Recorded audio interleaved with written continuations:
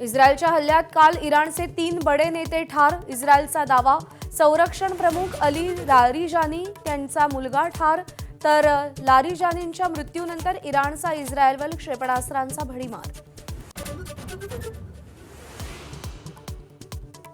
इराणचा रात्री इस्रायलवर क्षेपणास्त्रांचा भडीमार. इस्रायलमध्ये 2 ठार, अनेक जखमी, अनेक इमारतींचं मोठं नुकसान.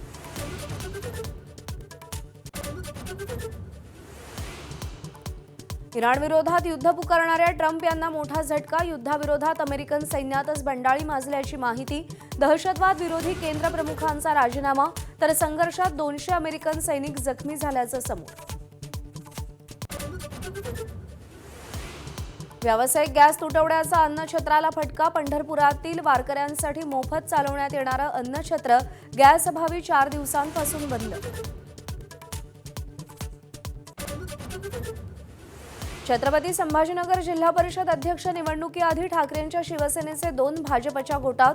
ठाकरेंची शिवसेना आणि शिवसेना निवडणुकीवर बहिष्कार टाकण्याची शक्यता.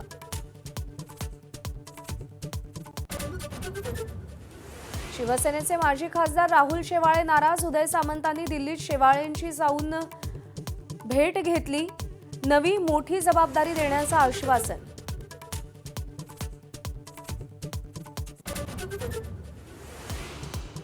दहावीचा भूगोलाचा पेपर आज वेळापत्रकानुसारच होणार. काल सांगोल्यात भूगोलाच्या 50 प्रश्नपत्रिका चोरीला. गटशिक्षणाधिकारी आणि मुख्याध्यापकांचं निलंबन. ममता बॅनर्जी यांनी तब्बल 74 आमदारांना उमेदवारी नाकारली. 294 पैकी 291 जागांवरचे उमेदवार एकाच यादीत जाहीर. भवानीपूरमध्ये ममता बॅनर्जी विरुद्ध सुवेंदू अधिकारी सामना रंगणार.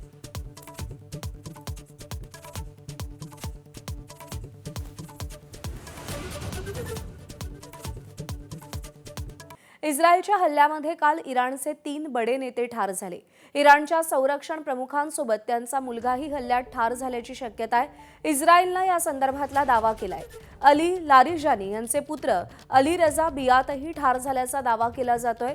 अली रजा बियात हे इराणी काउन्सिलचे उपाध्यक्ष होते. संरक्षण प्रमुख अली लारिजानी यांचाही इस्रायली हल्ल्यामध्ये मृत्यू झाल्याचं कळतंय. बासिश प्रांतातले कमांडर गुलाम रेजा सुलेमानीही ठार झाल्याचं कळतंय. लारिजानी आणि सुलेमानींच्या मृत्यूची इराणकडूनही पुष्टी करण्यात आली आहे. लारिजानी आतापर्यंत इराणी प्रत्युत्तराचं नेतृत्व करत होते. लारिजानींच्या मृत्यूनंतर इराणनं इस्रायलवरती क्षेपणास्त्रांचा भडीमार केलेला आहे.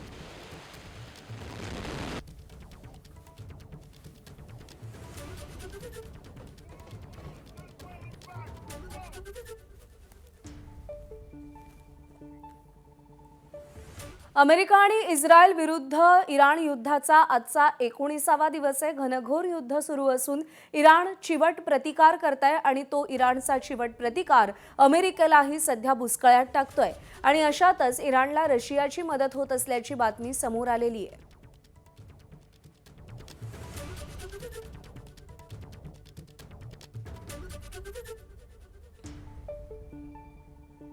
तर इराणनं रात्रीच्या अंधारात इस्रायलवरती क्षेपणास्त्रांचा भडीमार केला. इराणी क्षेपणास्त्र हल्ल्यामध्ये इस्रायलचे 2 जण ठार झालेत तर अनेक जण जखमी झालेत.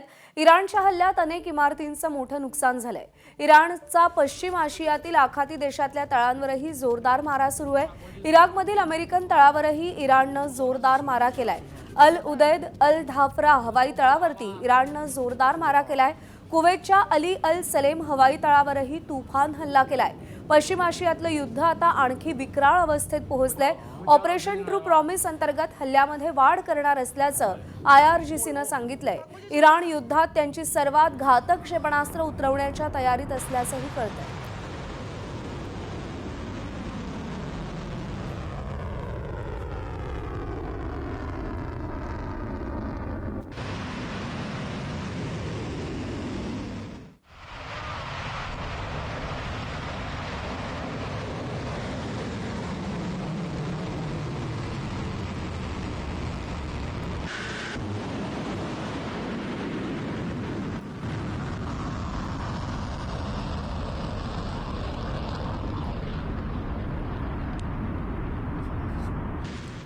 इराणच्या बुशहरमधल्या आण्विक तळाजवळ क्षेपणास्त्र हल्ला करण्यात आलाय। इराणच्या वृत्तसंस्थेनं हल्ल्यासंदर्भातलं हे वृत्त दिलेलं आहे।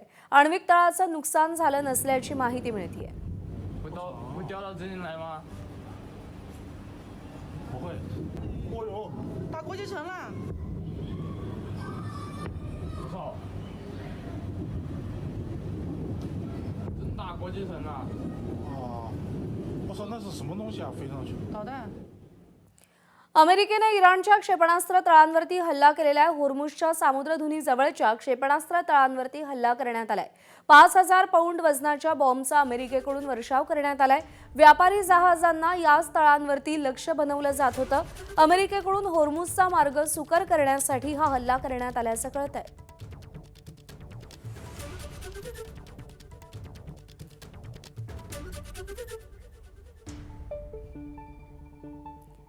दरम्यान इराण मागे हटत नाहीये। इराणचे इस्रायलवरती हल्ले सुरूच आहेत। इस्रायलवरती इराणनं क्षेपणास्त्र हल्ला केलाय। राजधानी तेल अविववर इराणनं क्षेपणास्त्र डागलेत आणि त्यामुळे इमारतींचं अतोनात नुकसान झालेलं आहे।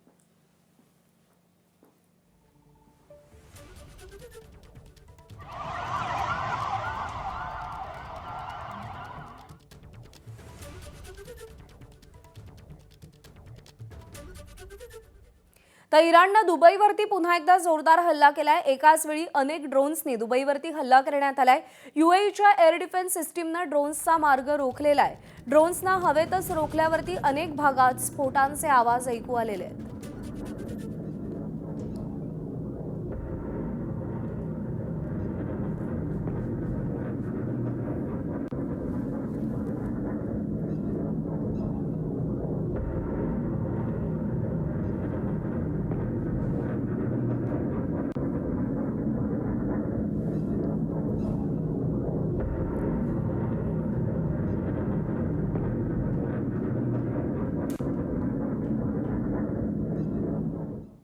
तर इस्रायल आणि अमेरिकेनं इराणच्या लष्करी तळांवरती भीषण हवाई हल्ला केलाय। या संयुक्त कारवाईमध्ये इराणच्या बसिज दलाचं अतोनात नुकसान झालंय।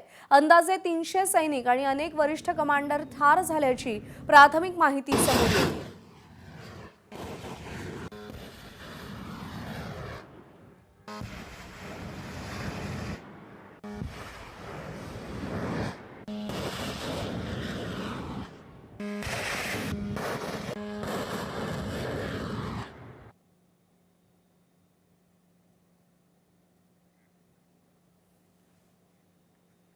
इराणची राजधानी तेहरानमध्ये मोठा स्फोट झाल्याचं कळतंय। हेसाराक परिसरामध्ये मंगळवारी झालेल्या या स्फोटाचे व्हिडिओ समोर आले असून परिसरात भीतीचं वातावरण निर्माण झालेलं आहे।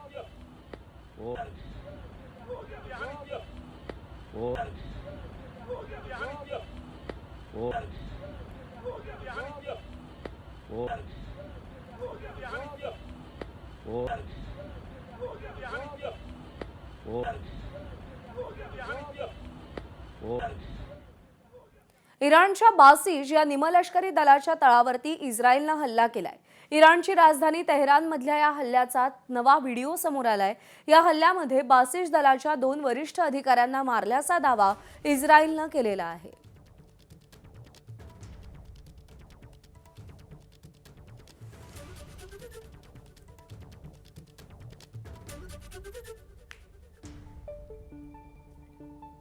आणि इस्रायलच्या हल्ल्यामध्ये इराणचे संरक्षण प्रमुख अली लारिजानी ठार झाल्याचं सांगितलं जातंय। इराणकडूनही लारिजानींच्या मृत्यूची पुष्टी करण्यात आलेली आहे।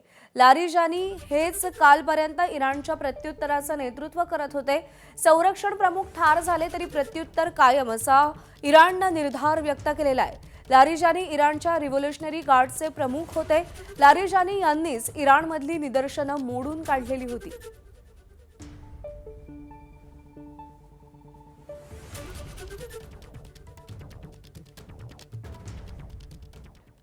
आम्ही इराणचे 2 वरिष्ठ कमांडर मारल्याचा दावा इस्रायलचे पंतप्रधान बेंजामिन नेतन्याहू यांनी केलाय। आमचे हवाई दल इराणच्या अनेक शहरांवरती हल्ले करत असल्याचंही नेतन्याहू म्हणाले।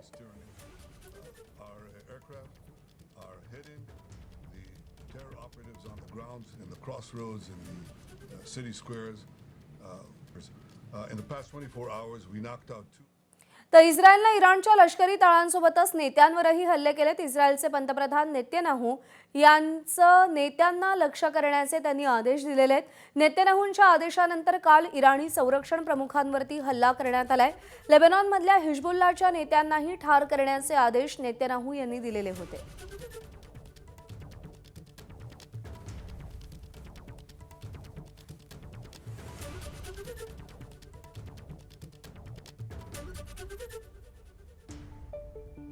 दरम्यान आतापर्यंत युद्धाचे अपडेट्स आपण पाहूया. इराणकडून अमेरिकेची तळं आणि इस्रायलवरती 61वा हल्ला करण्यात आलेला आहे. इराण हल्ल्यामध्ये तेल अवीवमध्ये 2 जण ठार झालेत. इराणकडून अली लारिजानी, गुलाम रेजा सुलेमानींच्या मृत्यूची पुष्टी करण्यात आलेली आहे. लारिजानींच्या मृत्यूचा बदला घेऊ असं IRGCनं सांगितलेलं आहे. इराणच्या बुशहर आण्विक प्रकल्पाजवळ क्षेपणास्त्र हल्ला करण्यात आलेला आहे. ट्रम्पना होर्मुझवर पूर्णपणे ताबा हवाय असं इस्रायली मीडियाचं म्हणणं आहे.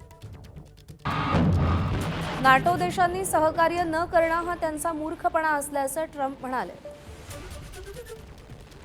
युद्ध संपल्यानंतर होर्मुझमध्ये सुरक्षेत मदत करू असं फ्रान्सने सांगितलेलं आहे. इस्रायली हल्ल्यात लेबनॉनमध्ये आतापर्यंत 912 ठार झालेले आहेत.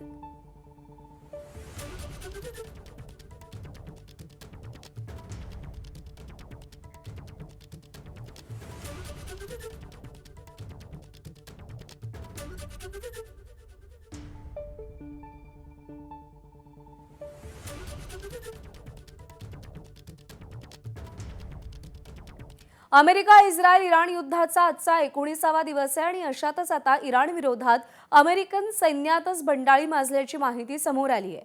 तसंच अमेरिकेच्या दहशतवाद विरोधी केंद्राचे प्रमुख जो केंट यांनी राजीनामा दिल्याचं कळतंय. इराणकडून अमेरिकेला धोका नव्हता, तसंच युद्ध सुरू होण्यामागे इस्रायलचा दबाव कारणीभूत असल्याचा आरोप जो केंट यांनी केल्याचं समजतंय. जो केंट यांनी डोनाल्ड ट्रम्प यांना पत्र लिहून युद्धासंदर्भात नाराजी व्यक्त केल्याचं कळतंय. तर अमेरिकेच्या संरक्षण विभागानं महत्त्वाची माहिती दिली आहे. पेंटागनकडून जारी करण्यात आलेल्या निवेदनानुसार या संघर्षात आतापर्यंत अमेरिकेचे सुमारे 200 सैनिक जखमी झालेले आहेत.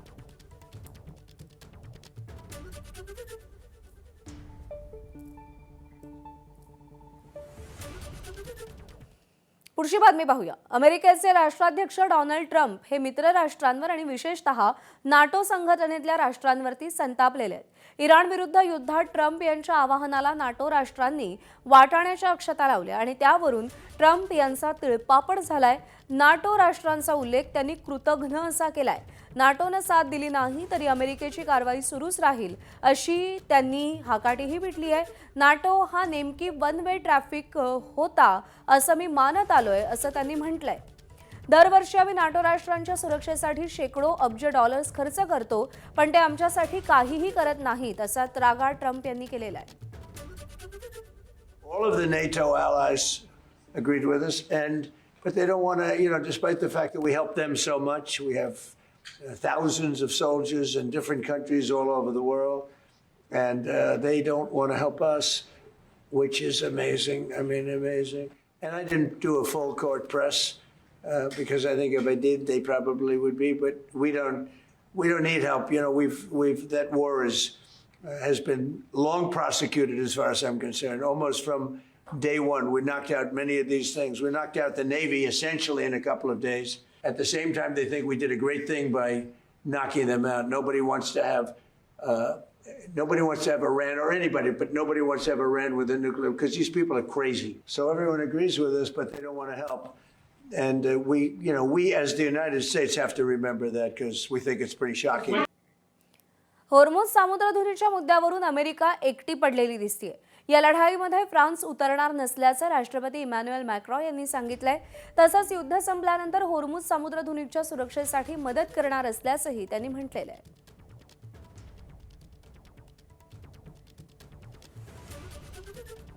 आखाती युद्धात आतापर्यंत 2434 जणांचा मृत्यू झाला आणि त्यामध्ये सर्वाधिक 1444 मृत्यू इराणमधले आहेत. कोणत्या देशाचे किती मृत्यू झालेत ग्राफिक्सच्या माध्यमातून पाहूयात. इराणमध्ये 1444, लेबनॉनमध्ये 212 मृत्युमुखी पडलेत, इस्रायलमध्ये 15 जणांचा मृत्यू झालाय तर अमेरिकेचे 13 जण मृत्युमुखी पडलेत. इराकमध्ये 29 जण मृत्युमुखी पडलेत, युएईमध्ये 8 जणांचा मृत्यू झालाय, कुवेतमध्ये 6 जणांचा मृत्यू झालाय तर ओमानमध्ये 3 मृत्यू झालाय. बहरीन आणि सौदी अरेबियामध्ये 2 मृत्यू झालाय.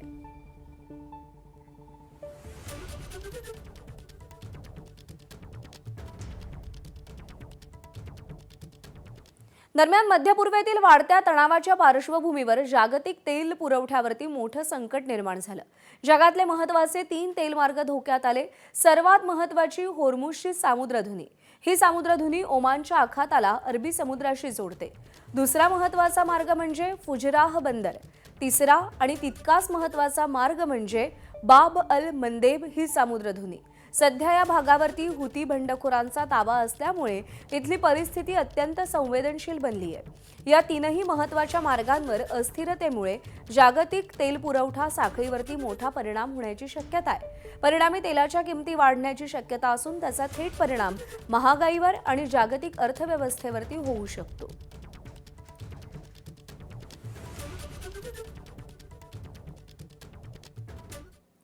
दरम्यान 3 तेल मार्ग सध्या संवेदनशील झालेले आहेत आणि त्या पार्श्वभूमीवरती तज्ञांनी नेमकं काय म्हटलंय आपण पाहूया. ट्रम्प ने कुछ देशों से मांगी है, कुछ देशों ने साफ मना कर दिया. उसमें शायद एक देश का नाम भी है जर्मनी.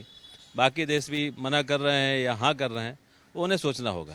लेकिन भारत ने अपनी स्थिति मजबूत बना रखी हुई है और राजनीतिक उस समय के हालातों को देखते हुए वो निर्णय जो लेगी सरकार वो भारत के पक्ष में होगा, भारत के हित में होगा. भारतामध्ये 30% खतांची आयात आखातातून होते. त्यामुळे आता या युद्धाचा खतांच्या किमतीवरती परिणाम होतोय. आगामी खरीप हंगामात लागणाऱ्या खतांच्या किमती प्रति 50 किलो मागे 200 ते 250 रुपयांनी वाढलेल्या आहेत. युद्धस्थिती अशीच राहिली तर खरीपाच्या हंगामात खत टंचाई देखील निर्माण होण्याची शक्यता आहे. देशातल्या खत निर्मिती कारखान्यांकडील कच्चा माल देखील संपण्याच्या मार्गावर आहे आणि यामुळे भारतीय खतांच्या उत्पादनाचा वेग मंदावलाय. त्यातच 1 एप्रिलला केंद्र सरकार खत धोरण ठरवणार आहे. आता त्यात केंद्र सरकार सबसिडीबाबत काय निर्णय घेतं यावरही खत दरवाढीचं गणित अवलंबून असेल.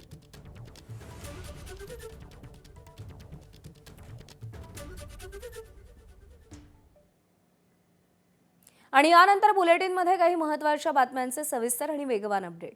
राज्यभरात गॅसचा काळाबाजार करणारे संकटात आपलं उखळ पांढरं करत असताना पुन्हा एकदा अन्न आणि नागरी पुरवठा मंत्री छगन भुजबळांनी साठेबाजांना कठोर शब्दात इशारा दिला. कारण काही लोकांना भीतीने जरी आपल्याकडे घरी गॅस असला तरी आणखी 2-4 सिलेंडर कुठून तरी मिळून आपल्याकडे साठा करून ठेवा, अशी सुद्धा परिस्थिती कधी कधी निर्माण होते.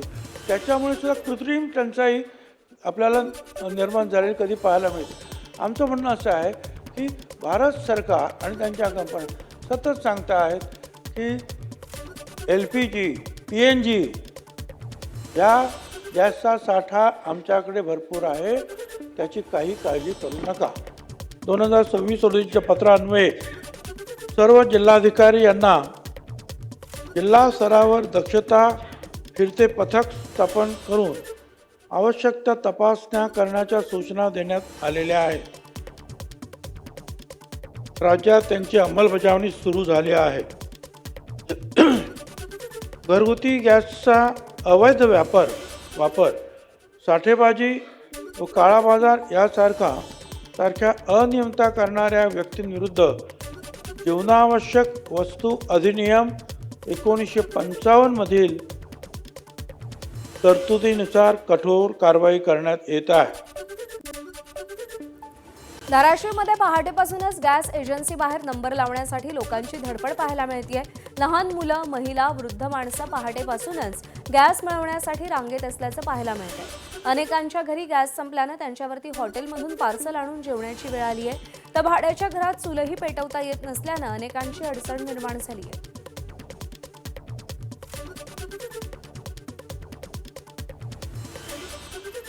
कर्नाटकच्या धारवाड जिल्ह्यातील माचापूरमध्ये गारपीट झाली आहे. गारांचा अक्षरशः खच रस्त्यावरती साचलाय. धारवाड जवळच्या माचापूर गावाचं या गारांमुळे अक्षरशः मिनी काश्मीरमध्ये रूपांतर झाल्याचं दिसून येत आहे. गारपिटीनंतर रस्त्यावर साचलेल्या गारांमुळे रस्ते अक्षरशः पांढरे शुभ्र झाले. कर्नाटकातली ही दृश्य सध्या सोशल मीडियावरती व्हायरल होत आहेत. ಆನೆಕಲ್ಲು ಅಂದ್ರೆ ಬಸ್ಗಳು ಹೋಗ್ತಾಯ್ತಲ್ಲ ಕಾರ್ಗಳು ಹೋಗ್ತಾಯ್ತಲ್ಲ ಅಷ್ಟು ಆನೆಕಲ್ಲು ಬಿದ್ದೈತಿ. ಏನು ಹುಷ ಇಟ್ಟೈತೆ ಅಂದ್ರೆ ಒಂದಡಿ ಮೇಲೆ ಬಿದ್ದೈತೆ ಆನೆಕಟ್ಟಿಗೆ. ಕಲ್ಗಟ್ಟಿಗೆ ಜಮ್ಮು ಕಾಶ್ಮೀರ ಆಗಿದೆ ಇವಾಗ. ನಾವು ಚಿಕ್ಕ ವಯಸ್ಸಿಂದ ನೋಡಿಲ್ಲ ಈ ತರ ಮಳೆನ.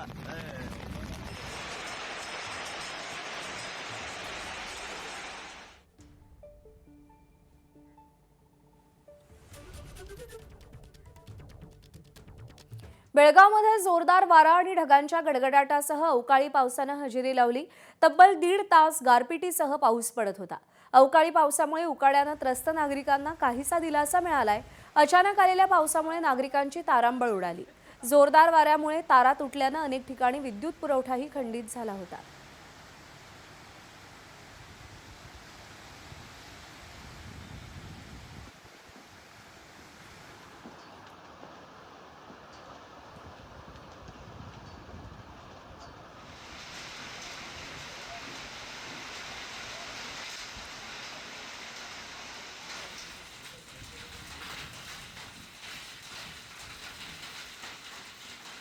सोलापूर जिल्ह्यातील अक्कलकोट तालुक्यातील अनेक गावांमध्ये आज रात्री अचानक गारांचा जोरदार पाऊस झाला. गारपिटीमुळे शेती पिकांचं मोठ्या प्रमाणात नुकसान झाल्याची प्राथमिक माहिती आहे. काही ठिकाणी वादळी वाऱ्यामुळे वीज पुरवठाही खंडित झाला होता.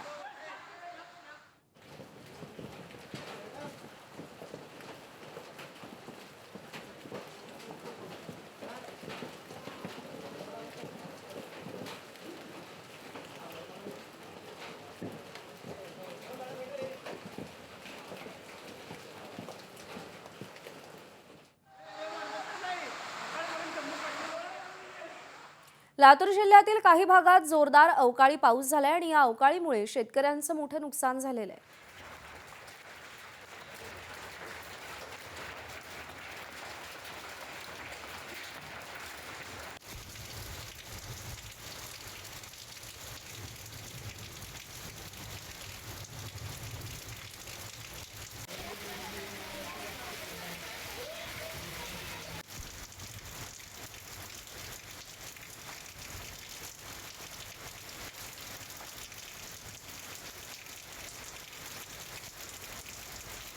धाराशिव जिल्ह्यातून जाणाऱ्या सोलापूर हैदराबाद राष्ट्रीय महामार्गावरच्या नळदुर्गजवळ गारपीट झाली.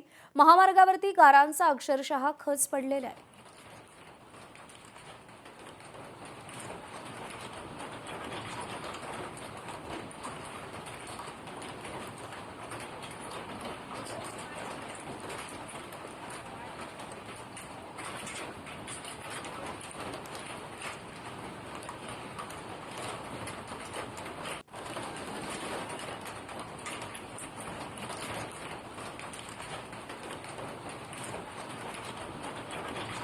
धाराशिवच्या लोहारा तालुक्यात अवकाळी पाऊस आणि गारपिटीचा शेतीला मोठा फटका बसलाय. काढणीला आलेल्या कलिंगडाचं गारपिटीमुळे मोठं नुकसान झालंय. जमिनीवर 3 ते 4 इंचाचा थर जमा झालाय. सरकारनं तात्काळ पंचनामे करून मदत करावी अशी मागणी शेतकऱ्यांनी केली आहे. कलिंगड शेतीतून या परिस्थितीचा आढावा घेतलाय अप्पासाहेब शेळके यांनी. धाराशिवच्या लोहारा तालुक्यात काल गारपीट आणि अवकाळी पाऊस झाला. यामुळं शेतीला प्रचंड मोठं नुकसान झालंय. आपण आता आहोत कलिंगडाच्या शेतात. हे काढणीला आलेलं कलिंगड होतं. कालच्या गारपिटीमुळं अक्षरशः जमीनदोस्त झालेलं आहे. म्हणजे ह्याचा जो कलिंगडाची वेल आहे त्याचा पाला पूर्णपणे बसलेला आहे. त्यामुळं या पिकाचं मोठ्या प्रमाणात नुकसान झालेलं आहे. काय परिस्थिती होती कालची? किती गारपीट झाली? काल 5:30 ते 5:45च्या दरम्यान सुरुवातीला थंड वारा आला. नंतर पाऊस चालू झाला आणि पाऊस चालू झाल्याच्या नंतर 5 ते 10 मिनिटात मोठ्या प्रमाणात गारपीट चालू झाली आणि गारांची साईज जवळपास लिंबापेक्षा मोठी होती. त्याच्यामुळे आमच्या शेतातील द्राक्षबाग नवीन द्राक्षबाग केलेली आहे. त्या द्राक्षबागेत आंतरपीक म्हणून कलिंगड केलेलं आहे. त्या कलिंगडाची कालच्या गारपिटीमुळे पूर्णपणे वेल तर बसलेलीच आहे आणि कलिंगडाला गारांचा मार लागून आतल्या आत कलिंगड सडल्यासारखे झाले आहेत. किती नुकसान झालं सगळ्या याच्यामध्ये? जवळपास आपलं खर्चासहित आपलं जवळपास 6 ते 7 लाख रुपयाचं नुकसान झालेलं आहे आणि याच्यामधून कुठलंही आपल्याला आर्थिक उत्पन्न आता मिळणार नाही. अशी गारपीट झाली का या अगोदर कधी? कधीच नाही अशी गारपीट माझ्या 62 वर्षाच्या वयात एकदाही झालेली नाही. आणि अक्षरशः अशी गारपीट झाली की 4 ते 5 इंचाचा थर रानावर होता पूर्ण. हरभरा, जांबाच्या केळीच्या बागा, पेरूच्या बागा, डाळिंबाग, मोठं नुकसान झालं. लय मोठं नुकसान. काय सरकारकडे मागणी? सरकार नुकसान भरपाई द्यावं, पंचनामे करून, एवढीच अपेक्षा. सरकारनं तात्काळ पंचनामे करून याची मदत द्यावी अशी मागणी आता शेतकरी करतात. अप्पासाहेब शेळके, एबीपी माझा, धाराशिव, लोहारा.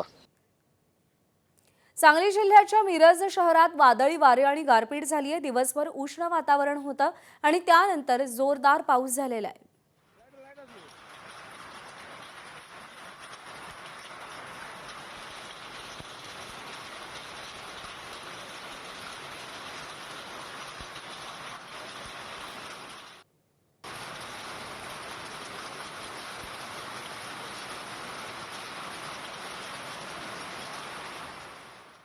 हिंगोली जिल्ह्याला अवकाळी पावसानं आणि गारपिटीनं झोडपलंय. हवामान विभागानं वर्तवलेल्या अंदाजानुसार आज मध्यरात्रीनंतर अचानक हिंगोली जिल्ह्यामध्ये वादळी वाऱ्यासह जोरदार अवकाळी पाऊस झालाय. कळमनुरी, औंढा नागनाथ, वसमतमध्ये अवकाळीनं जोरदार हजेरी लावलेली आहे.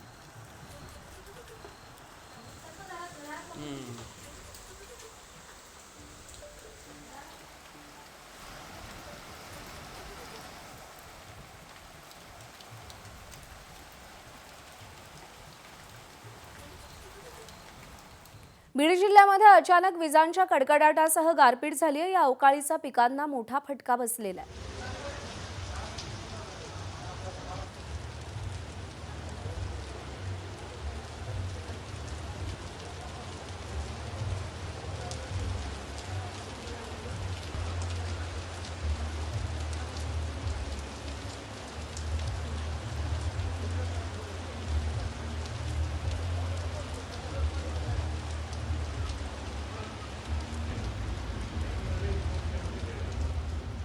दहावीचा आजचा भूगोलाचा पेपर वेळापत्रकानुसारच होणार आहे. विद्यार्थ्यांनी तयारी करून शांतपणे पेपर सोडवावा असं आवाहन पुणे एसएससी बोर्डाचे अध्यक्ष त्रिगुण कुलकर्णी यांनी केलेलं आहे. परीक्षेआधीच 10वीचा भूगोलाचा पेपर फुटल्याची बातमी समोर आली. सांगोल्यामध्ये असलेल्या सांगोला विद्यामंदिर प्रशालेतून भूगोलाच्या तब्बल 50 प्रश्नपत्रिका चोरीला गेल्यात. स्ट्रॉंग रूमचं कुलूप तोडून 50 प्रश्नपत्रिका चोरीला गेल्यात. या पेपरफुटी प्रकरणी पोलिसांनी दखल घेत चौकशी सुरू केली आहे. या तपासातून शाळेमधील सीसीटीव्ही कॅमेरे बंद असल्याची धक्कादायक माहिती समोर आली. या प्रकरणात गट शिक्षणाधिकारी आणि मुख्याध्यापक यांच्यावर ठपका ठेवत त्यांचं निलंबन करण्यात आलंय. दरम्यान शालेय शिक्षण मंत्री दादा भुसे यांनी बोर्डाला चौकशी करण्याच्या सूचना दिल्यात. त्यानुसार बोर्डाकडून अहवाल मागवण्यात आलेला आहे. दिवसभर पोलीस यंत्रणेनं या सगळ्या बाबींचा तपास केलेला आहे. तपास चालू आहे. त्या अनुषंगानं शिक्षण विभागाच्या वतीनं कर्तव्यात कसूर केल्याच्या बाबतीत आम्ही केंद्र संचालक तथा मुख्याध्यापक श्री अमोल गायकवाड आणि त्या केंद्राचे परिरक्षक तथा प्रभारी गट शिक्षणाधिकारी श्री सुयोग नवले यांना आम्ही निलंबित करीत आहोत.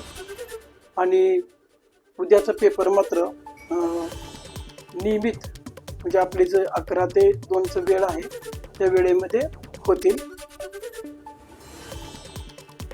दरम्यान सांगोल्यात भूगोलाचा पेपर फुटला. यावेळी सांगोला विद्यामंदिर प्रशालेतील सीसीटीव्ही बंद असल्याची माहिती सोलापूरचे सहाय्यक पोलीस अधीक्षक प्रीतम यावलकर यांनी दिली.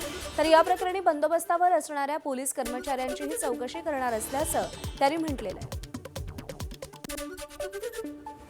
क्वेश्चन पेपरच्या गठ्ठ्यातून 2 पॅकेट्स घेऊन गेलेले आहे आणि त्यामध्ये 50 क्वेश्चन पेपर आहे अशी प्राथमिक माहिती आम्हाला मिळालेली आहे शिक्षण विभागाकडून. आम्ही इथे पाहणी केली तर ज्या रूममध्ये ते गठ्ठे ठेवण्यात आले होते क्वेश्चन पेपरचे त्या रूमला जे लॉक लावलेलं आहे ते लॉक कटरने कट केलेला आम्हाला आढळून आलेला आहे. आम्ही आमचे फॉरेन्सिक एक्सपर्ट, डॉग स्क्वॉड आणि फिंगरप्रिंट एक्सपर्ट यांना बोलवलेलं आहे आणि त्यांच्या मार्फतीने आणि आमच्या लोकल पोलीस स्टेशनची टीम आणि आमची लोकल क्राईम ब्रांचची टीम यांच्या मार्फतीने पुढील तपास करत आहोत.